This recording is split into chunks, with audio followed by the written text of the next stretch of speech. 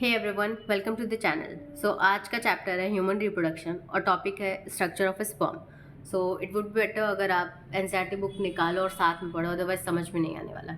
ठीक है, it's up to you. बाकी let us examine the structure of sperm, यानी स्पर्म के स्ट्रक्चर को समझते हैं। It is a microscopic structure. Microscopic का मतलब क्या होता है? जो हमारे आँखों से नहीं दिखता है, जिसके लिए हमें माइक्रोस्कोप की ज़रूरत होती है। Compose of a head, neck, a middle piece and tail. 4 चीज़ों से मिलकर बना होता है। एक हेड होता है, एक नेक होता है, एक मिडिल पीस होती है और एक टेल होता है। 4 चीज़ें, ठीक है, 4 चीज़ें होती हैं। फिर आगे लिखा है plasma membrane envelops the whole body of sperm. Sperm की पूरी बॉडी सराउंडेड होती है आपके प्लाज्मा मेम्ब्रेन से। ये देख सकते हो, ये प्लाज्मा मेम्ब्रेन, ठीक है। The sperm head contain an elongated haploid nucleus. और जो स्पर्म का हेड होता है उसमें न्यूक्लियस भरा होता है, ठीक है।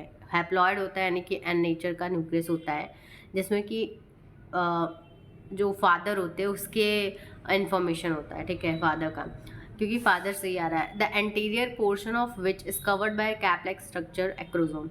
और इस हेड का जो आगे वाला हिस्सा होता है, ठीक है, हेड का जो आगे वाला हिस्सा होता है वो एक कैप जैसे स्ट्रक्चर से कवर होता है, जिसका नाम है एक्रोसोम।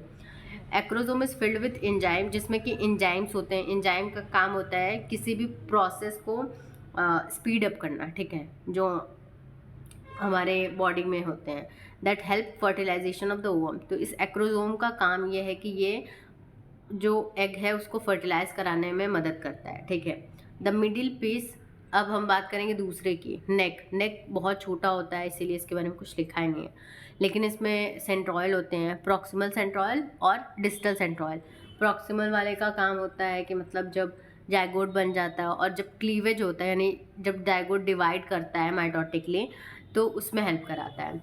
अब मिडिल पीस की बात करें तो middle piece possesses numerous mitochondria, मतलब ढेर सारे इसमें माइटोकॉन्ड्रिया हैं। प्रोड्यूस एनर्जी, माइटोकॉन्ड्रिया का काम ही है एटीपी बनाना, ठीक है, for the movement of tail. और एटीपी बन क्यों रहा है? ताकि ये जो टेल है वो मूव कर सके और ये जो स्पर्म है वो ओवम तक जा सके, ठीक है, और फर्टिलाइज कर सके। दैट फैसिलिटेट स्पर्म मोटिलिटी, ताकि स्पर्म मूव कर सके, एसेंशियल फॉर फर्टिलाइजेशन। और अगर मूव नहीं करेगा स्पर्म तो फर्टिलाइजेशन कैसे होगा? तो इसीलिए माइटोकॉन्ड्रिया एनर्जी बनाता है। एनर्जी इसलिए बनाता है ताकि टेल मूव कर सके। टेल को मूव क्यों कराना है? ताकि वो मूव करते करते फर्टिलाइजेशन का प्रोसेस कर सके। अब हम बात करते हैं ह्यूमन मेल जो इजैकुलेट करता है पर क्वाइटस, यानी पर सेक्सुअल इंटरकोर्स, वो 200 से 300 मिलियन स्पर्म इजैकुलेट करता है। 200 से 300 मिलियन, ठीक है, 300 मिलियन, वेट। और 1 बिलियन का मतलब होता है 10 लाख, ठीक है। अब सुनो, हर इजैकुलेशन में 200 से 300 मिलियन स्पर्म रिलीज होते हैं। और लिखा है नॉर्मल फर्टिलिटी। नॉर्मल फर्टिलिटी का मतलब होता है कि जो एग है वो स्पर्म से फ्यूज़ हो जाए और जाइगोट बन जाए, बेबी का फॉर्मेशन हो, ठीक है। तो नॉर्मल फर्टिलिटी के लिए कम से कम एटलीस्ट, यानी कम से कम 60% स्पर्म, 200 से 300 जो मिलियन है इसमें से 60% स्पर्म की नॉर्मल शेप और साइज होनी चाहिए, और उसमें से भी 40% की विग्रस, यानी कि बहुत तेज वो मूव करने चाहिए, ठीक है। Sperm release from the seminiferous tubules are transported by the accessory duct. ये बात हो चुकी है कि एक्सेसरी डक्ट का काम होता है स्टोर करना और ट्रांसपोर्ट करना, ठीक है। तो स्पर्म जो सेमिनिफेरस टिब्यूल से रिलीज होगा उसे एक्सेसरी डक्ट के द्वारा ट्रांसपोर्ट किया जाएगा।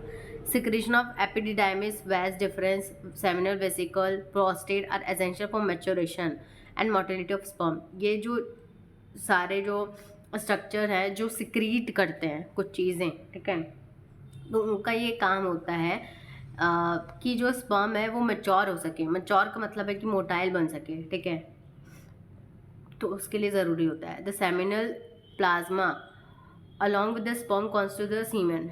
वेट, जो स्पर्म होता है और साथ में जो प्रोस्टेट है, सेमिनल है, काउपर्स है, ये जो सिक्रीट करते हैं चीज़ें, उसे सेमिनल प्लाज्मा कहते हैं।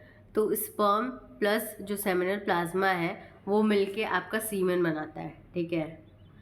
The function of male accessory duct and gland are maintain by the testicular hormone. और ये जो काम है जो एक्सेसरी डक्ट या ग्लैंड करते हैं, तो वो किसके कंट्रोल में करते हैं? जो टेस्टिस के थ्रू जो हार्मोन रिलीज होता है एंड्रोजन, उसके कंट्रोल में ये लोग काम करते हैं। That is it.